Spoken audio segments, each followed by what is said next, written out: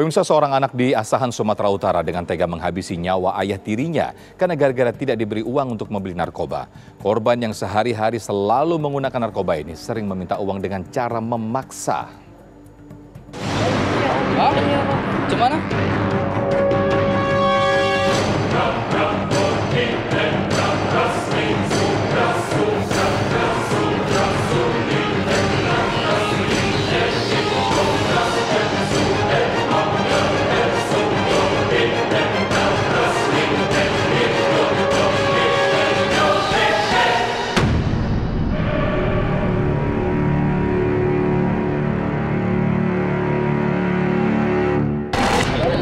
Hah? Gimana? Iya, jatuh beribal terus. Beginilah suasana kasus pembunuhan seorang yang tak diberi uang langsung menghabisi nyawa sang ayah tiri. Di lokasi pembunuhan, warga menemukan korban dengan kondisi bersimbah darah di belakang rumahnya. Tersangka BMS ini melakukan penganiayaan terhadap korban, di mana korban adalah ayah tirinya sendiri, sehingga mengakibatkan ayah tirinya meninggal dunia di tempat. Motifnya adalah di mana tersangka meminta sejumlah uang kepada korban, namun tidak diberikan oleh korban, sehingga tersangka emosi, kemudian mengambil balok kayu dan kemudian memukul kepala korban secara brutal berulang kali, sehingga kepala korban mengalami luka yang serius yang mengakibatkan kematian. BMS usai menghabisi nyawa ayah tirinya sempat melarikan diri untuk menghindari polisi. Namun tidak butuh waktu lama, tim Satreskrim Polres Asahan dapat menangkap pelaku yang tidak jauh dari lokasi kejadian. Hubungan si korban sama pelaku itu selama ini kurang harmonis, karena si pelaku ini kan pengangguran. Nah, sedikit-sedikit dia minta uang, sedangkan si korban belum gajian. Nah, belum gajian dia, disitulah timbul pemukulan dan pembunuhan terus di situ. Menurut warga sekitar, pelaku dengan tega menghabisi nyawa Suparman, ayah tirinya, karena sakit hati tidak diberi uang oleh Suparman.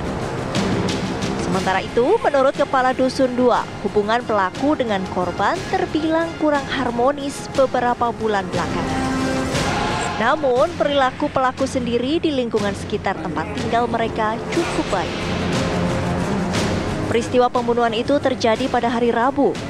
Pelaku menghabisi nyawa ayah tirinya dengan memukul kepala korban berulang kali dengan menggunakan sebatang kayu.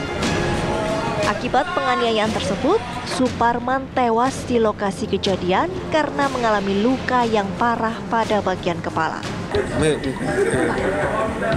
Minta uang 10.000 untuk minta uang sama mamamu. Iya, dikasih aja 10.000.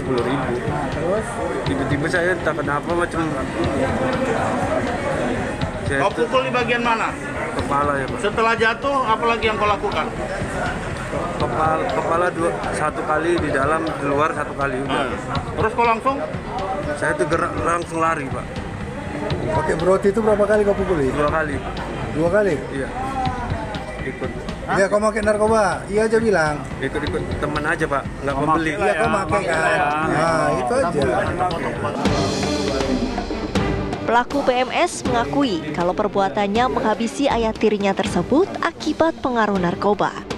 Selain itu, berdasarkan hasil tes urin dinyatakan pelaku positif menggunakan narkoba. Kemudian, korban tidak memberi uang kepada pelaku karena takut uangnya akan digunakan untuk membeli narkoba. Interogasi dari tersangka digunakan untuk katanya minta uang untuk kebutuhan sehari-hari. Namun, menurut informasi yang kami dapat, tersangka ini sering meminta uang kepada ayah tirinya untuk membeli narkotika jenis sabu. Terbukti dengan tes urin yang kita lakukan terhadap tersangka, hasilnya positif mengkonsumsi narkotika jenis sabu. Faktor pemicu emosi itu juga bisa muncul dari apa yang dia konsumsi. Orang-orang yang memang kecanduan narkotika itu cenderung memiliki emosi yang jauh lebih tinggi. justru mereka seringkali bersikap secara emosional tanpa berpikir sebab akibat, sehingga apa yang dia inginkan cenderung dia memaksa, dan apabila tidak dipenuhi cenderung akan melakukan hal-hal yang sifatnya negatif, menyerang, melukai, atau hingga sampai memakan korban. Jadi memang gaya-gaya permisif itu mengakibatkan seorang anak justru menguasai orang tuanya, mendominasi orang tuanya, bahkan bisa terjadi saat tadi penyerangan atau kekerasan ya, yang akhirnya melukai orang tuanya. Nah, memang akibat dari gaya permisif ini membuat anak tidak bisa mengendalikan diri begitu. Nah, kalau kita lihat kenapa seorang anak bisa seperti ini, berarti kan ini ada satu hubungan yang gagal dalam berkomunikasi. Untuk mempertanggungjawabkan perbuatannya, pelaku bersama barang bukti kini diamankan di Mapolres Asahan guna keperluan pemeriksaan lebih lanjut. Hah? Cemana?